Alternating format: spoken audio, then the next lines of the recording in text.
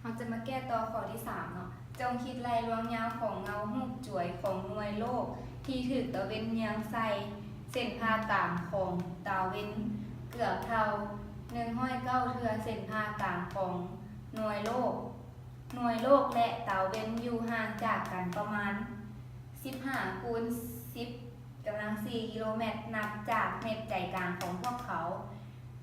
จากบทเลขนะคะเราสามารถได้รูปได้คือนี่เป็นดวงตะเวนและนี่เป็นหน่วยโลกดวงตะเวนเยื้องแสงใส่หน่วยโลกให้เกิดเป็นเงาหุบจ่วยและ A ขีดแมนเส้นผ่ากลางของดวงตะเวน B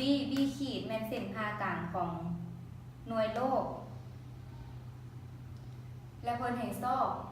รวงยาวของหุบจ่วยก็คือซอกหา BO นี่เนาะรวงยาวของหุบจ่วย BO สิ่งที่เราพูดก็คือ A ขีดเท่ากับ109 B ขีด BA เท่ากับ15 คูณ 10 กำลัง 4 กิโลเมตรแล้วเราสังเกตเห็นว่า A ขีดหา O แม่นรูปสามแจใหญ่ B ขีดหา O แม่นรูปสามแจน้อยเราจะแต้มออกมาเนาะเป็นแบบนี้อิงใส่หลักเกณฑ์ตาแรกก็คืออัตราส่วนรูปใหญ่หารให้อัตราส่วนรูปน้อยจะได้ A ขีดส่วนให้ AO เท่ากับ B ขีดส่วนให้ BO ถอนเอา BO เท่ากับ AO คูณให้ BB ขีดส่วนให้ AA ขีดซึ่งว่า AO เท่ากับ AB บวก BO จะได้ BO เท่ากับ AB บวก BO คูณให้ BB ขีดส่วนให้109 BB ขีดและเอา BB ขีดหารกันจะได้